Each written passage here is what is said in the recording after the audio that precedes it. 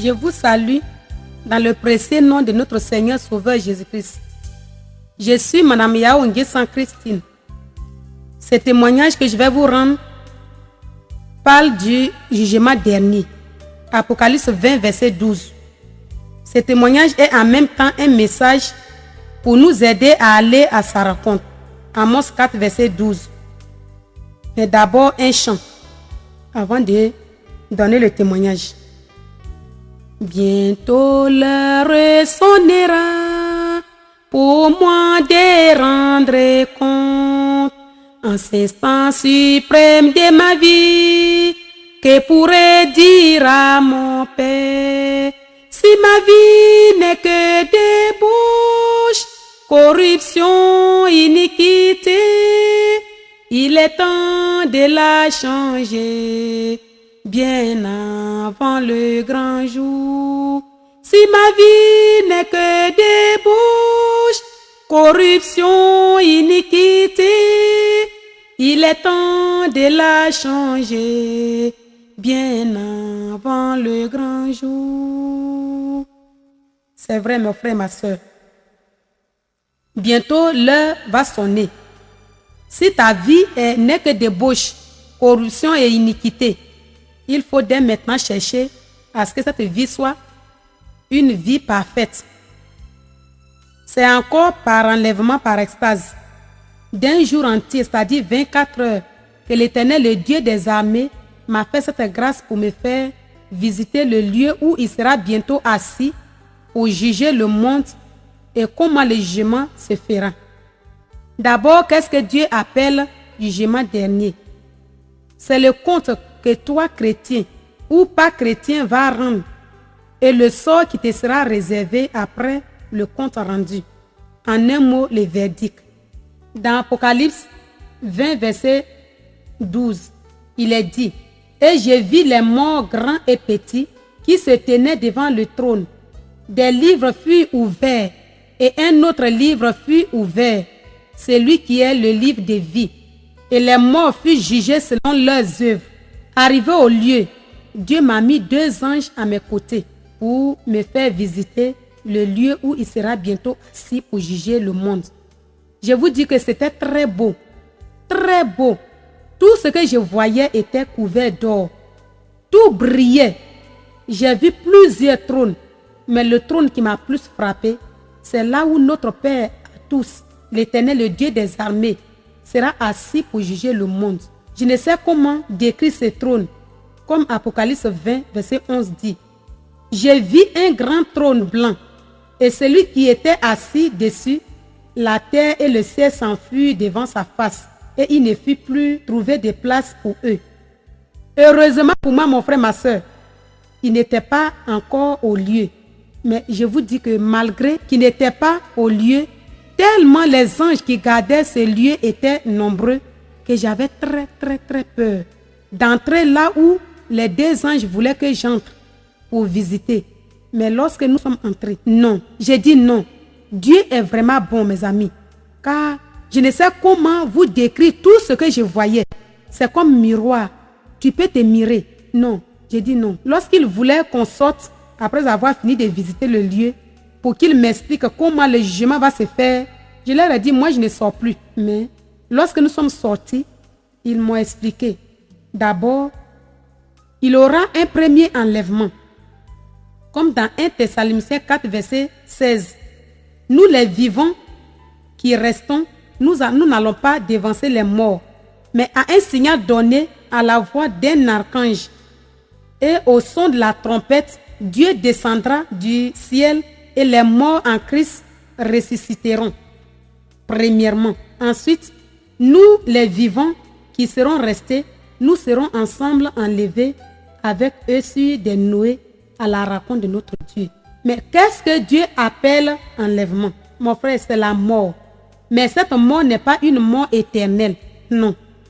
Mais un repos et une réjouissance, car c'est cette surprise que notre Dieu a réservée pour nous qui sommes ses vrais enfants, c'est-à-dire les vrais chrétiens. Mais qui peut ou pourra participer à l'enlèvement, que ce soit le premier ou le deuxième, car il y aura 2 enlèvements. Ce point, je vous dis que j'étais vraiment dans la joie. Lorsque les anges m'ont dit simplement, celui qui confesse que Jésus-Christ est Seigneur et Sauveur de l'humanité. Car 1 Jean 2, verset 23 dit, quiconque nie le Fils n'a pas non plus le Père, mais quiconque confesse le Fils a aussi le Père. J'étais vraiment dans la joie. Parce que je croyais que pour être parmi ceux qui seront enlevés, il faut être sans péché, c'est-à-dire être très saint.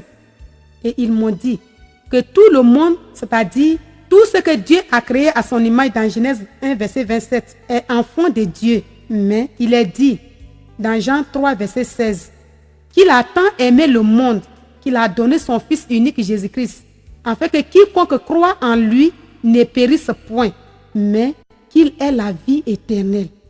C'est vrai, tu diras que Dieu n'a pas de fils.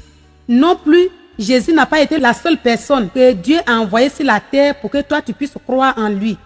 Mais laisse-moi te dire que tout ce que Dieu a envoyé comme prophète, comme évangéliste, comme apôtre, personne n'a accepté de mourir pour l'humanité comme notre Seigneur Jésus-Christ l'a fait. C'est pourquoi tu dois te ressaisir et chercher à donner ta vie à Jésus. Si jusque-là, mes amis, le premier enlèvement n'est pas encore fait, ce n'est pas parce que notre Père n'est pas prêt. Non, tout est prêt. Mais c'est à cause de toi qui n'a pas encore donné ta vie à Jésus. C'est pour toi qui doutes chaque jour. Toi qui crois que c'est l'homme comme toi ou c'est le diable qui te donnera la vie.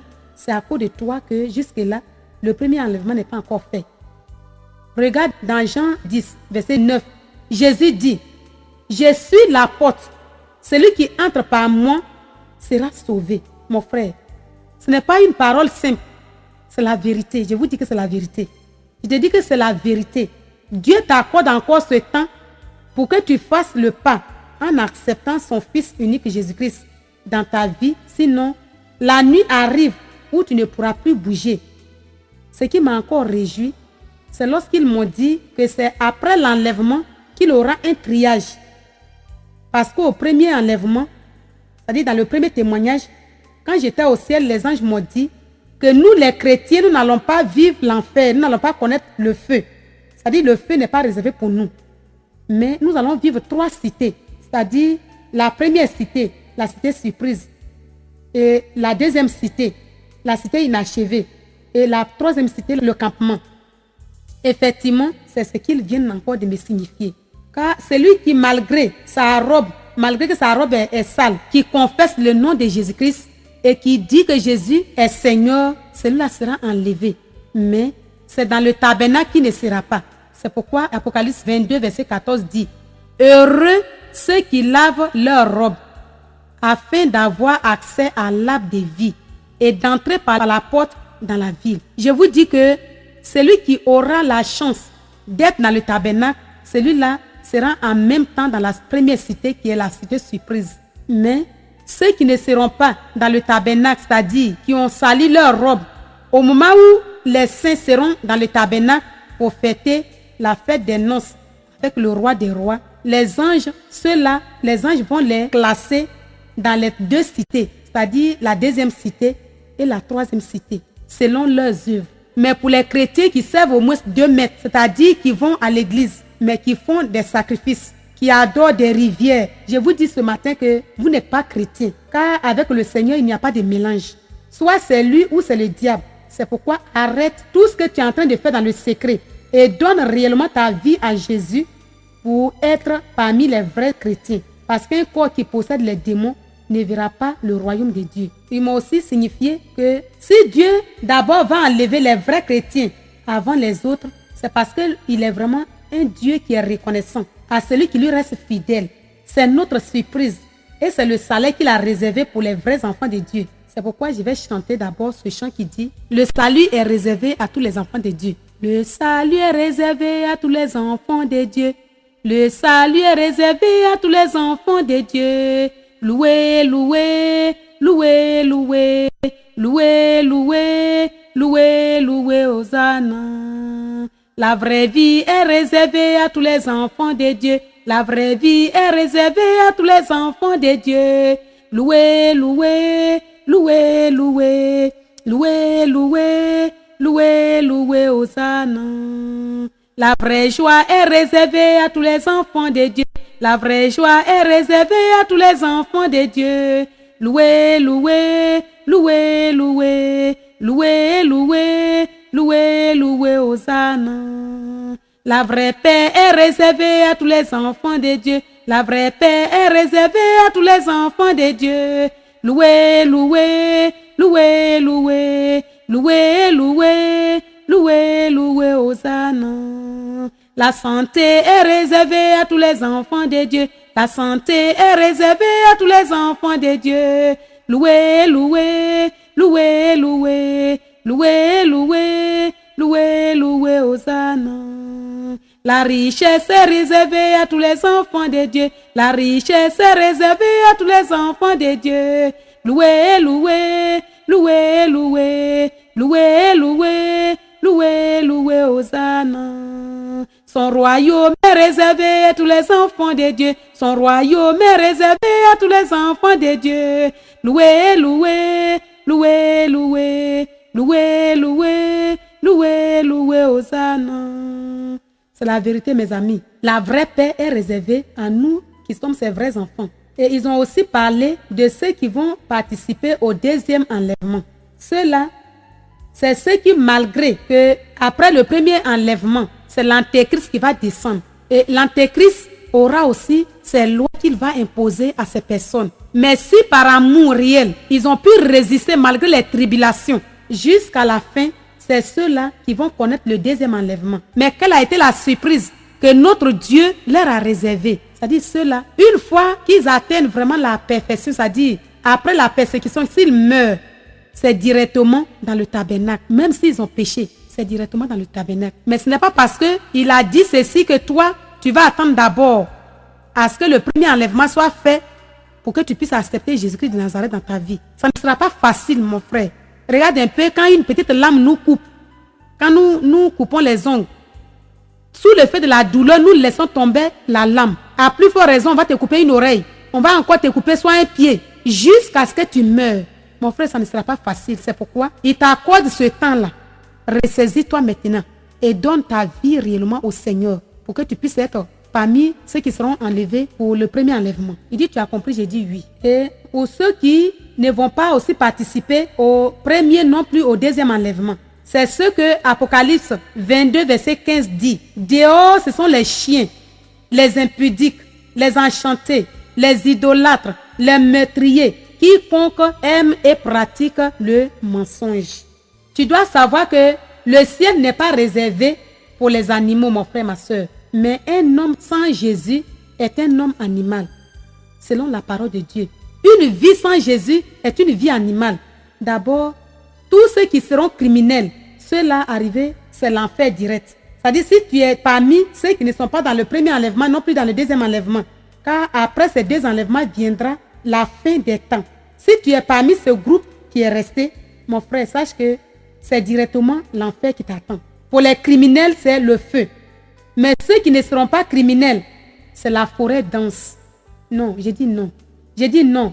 Mais pourquoi Dieu ne veut pas ouvrir nos yeux pour que tous nous sachions que Dieu, sa parole est la vérité. Tout ce qui est écrit dans la Bible, c'est vraiment la vérité. La Bible est une lumière réelle. Cela, c'est l'enfer. Et il a parlé de ça dans Jean 10, verset 9. Je suis la porte. Jésus dit, je suis la porte. Si tu n'es pas passé par Jésus, sache que tu ne verras jamais le royaume de Dieu. C'est pourquoi tu dois te ressaisir maintenant, avant qu'il ne soit trop tard.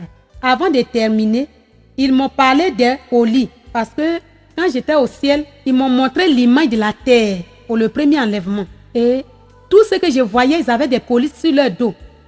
Effectivement, spirituellement, chacun a son colis. Mais avec l'œil nu, on ne peut pas voir ça. Même étant chrétien, chacun a un colis sur son dos. Qu'est-ce que Dieu appelle colis? C'est le péché, mon frère, ma soeur. Mais comment est-ce que nous pouvons salir notre robe? C'est ce que maintenant tu vas écouter pour la dernière partie. Il y a des chrétiens qui aiment prendre des crédits et qui n'aiment pas les rembourser. Celui qui est rempli de crédits ne verra jamais le royaume de Dieu. Il y a aussi des gens qui, au lieu d'aider ou unir, lorsque soit dans un couple, l'homme est converti et la femme n'est pas convertie, au lieu de chercher à ramener celui ou celle qui n'est pas converti au Seigneur, il donne des conseils et soit le mari divorce la femme qui n'est pas convertie. Si tel est ton cas, mon frère, ressaisis-toi, demande sincèrement pardon à Dieu. Sinon, tu seras hors du tabernacle. Il y a des chrétiens même très zélés, mais qui sont des espions ou soit des fumistes dans l'église. Mon frère, si tel est ton cas, arrête et cherche le royaume et la justice de Dieu. Tu seras sauvé. D'autres aussi n'ont rien et ils aiment promettre à Dieu. Arrête toutes ces choses. Si tu sais que tu n'as rien, ne promets pas à Dieu parce qu'il n'est pas ton enfant. Mais si tu l'as promis, il faut réaliser. Pour certains, même étant des vrais responsables, c'est-à-dire des vrais enfants de Dieu, ils ne sont pas discrets. Si cela est dans ta vie, arrête. Car si par toi, une âme est égarée parce que tu as dévoilé son secret, lui, il a eu confiance en toi et il est venu vers toi pour t'apporter son problème. Tu dois être vraiment un père. Tu dois jouer le rôle d'un père réel et une mère réelle. Tu ne dois pas dévoiler le secret de cette personne. Mais si tu le fais ou si tu l'as fait, demande pardon à Dieu. Il va te pardonner et renonce, ne recommence plus. Pour ceux qui restent rebelles à la parole de Dieu, vraiment ce côté m'a aussi marqué. Parce que nous, quand on prend l'exemple du brigand à la croix, certains pêchent jusqu'à, c'est le jour J, le jour où ils savent qu'ils sont presque morts. C'est maintenant, ils confessent leurs péchés et ils donnent maintenant leur vie à Dieu.